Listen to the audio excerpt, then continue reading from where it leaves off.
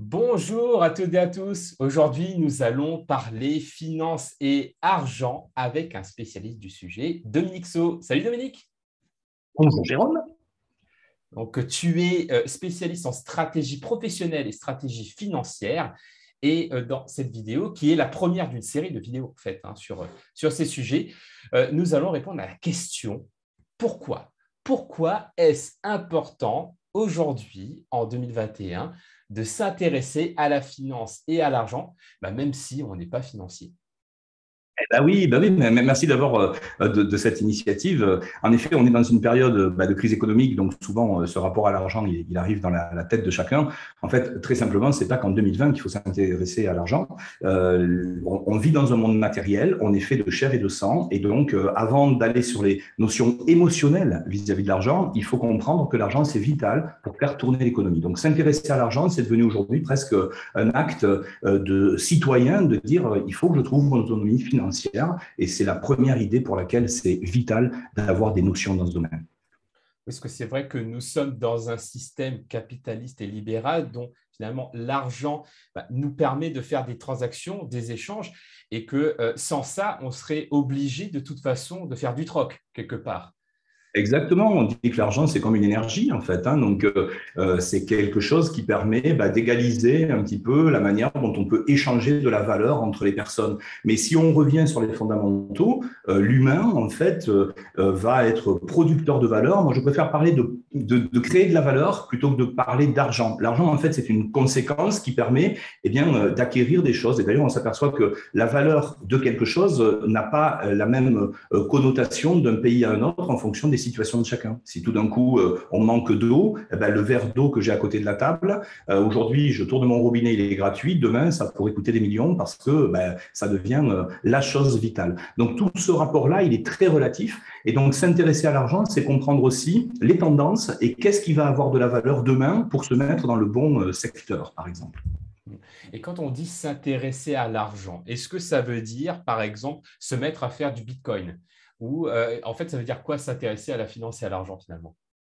En fait, voilà, tu touches ici des points importants. Il y a l'effet d'accumulation de l'argent qui peut parfois amener sur des territoires de jeu avec des jugements de valeur, etc.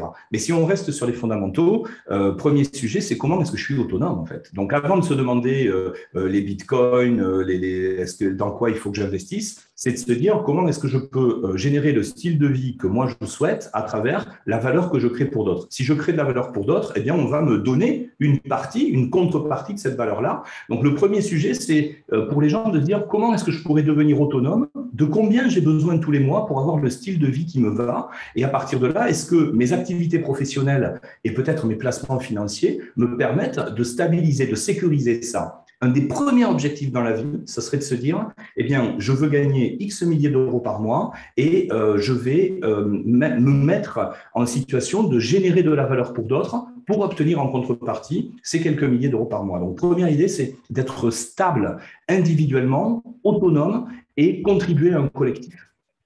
Donc, être autonome, si je comprends bien, et c'est pour ça que c'est important de s'intéresser à l'argent, c'est de se dire, voilà, mon style de vie me coûte tant par mois.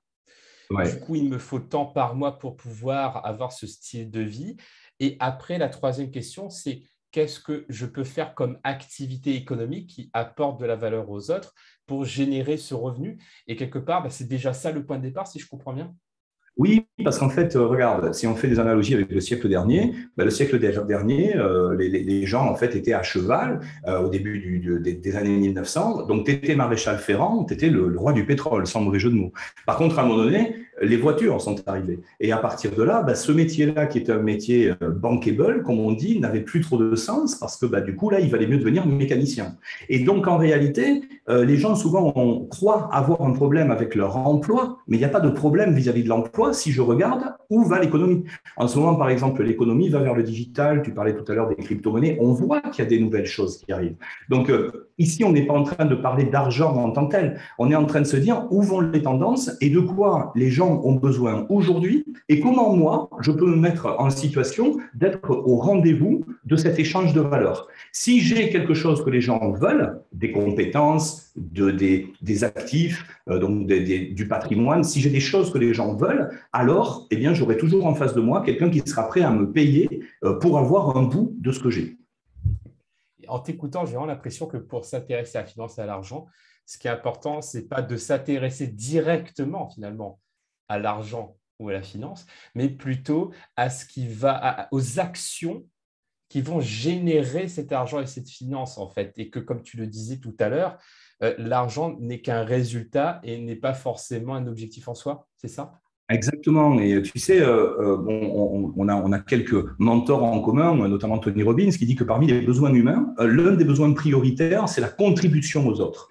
Et en réalité, on entend tout ça aujourd'hui de plus en plus grâce à Internet. On a envie de vivre de sa passion. On a envie d'organiser un style de vie qui nous rend heureux. Tu vois, donc le rapport à l'argent, évidemment, ça doit venir comme une conséquence parce que c'est pas l'argent qui rend heureux. Par contre, c'est sûr que si on a plus de moyens pour vivre des expériences de vie qui nous tiennent à cœur, forcément, on est plus heureux. Si je peux apporter à mes proches, à ma famille, des éléments qui les mettent en joie, forcément, ça va me rendre plus heureux. Donc, l'idée, c'est de se dire, au fond, déplafonner ses rêves et se dire, on est dans un monde où on a la capacité de se régaler. Et pour se régaler, eh bien, il faut que je puisse avoir les moyens de vivre certaines expériences. Et il faut aussi que je me demande comment moi, je peux être utile aux autres. Et si on part déjà dans cette logique-là, qu'est-ce que je sais faire? Il y a certaines personnes qui ont des talents artistiques, il y a certaines personnes qui ont des talents physiques, il y a certaines personnes qui ont des talents intellectuels. Et si on arrive à aligner ces talents et ces envies avec des courants sur lesquels on a un marché en face, eh bien à partir de là, évidemment, c'est la prospérité.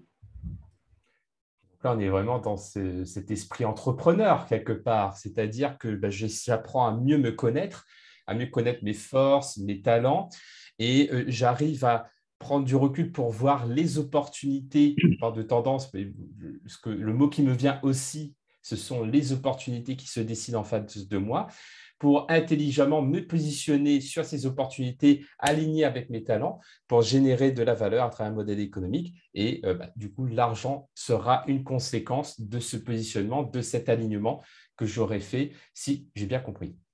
Exactement, et je pense qu'aujourd'hui, tu vois, quand tu te demandes comment tu vas dépenser ton argent dans la consommation ou comment tu vas investir ton argent dans des projets qui te tiennent à cœur, l'immobilier, peut-être même, tu parlais de crypto-monnaie, bon, c'est un univers sur lequel il faut être vigilant, mais on peut investir dans plein de domaines.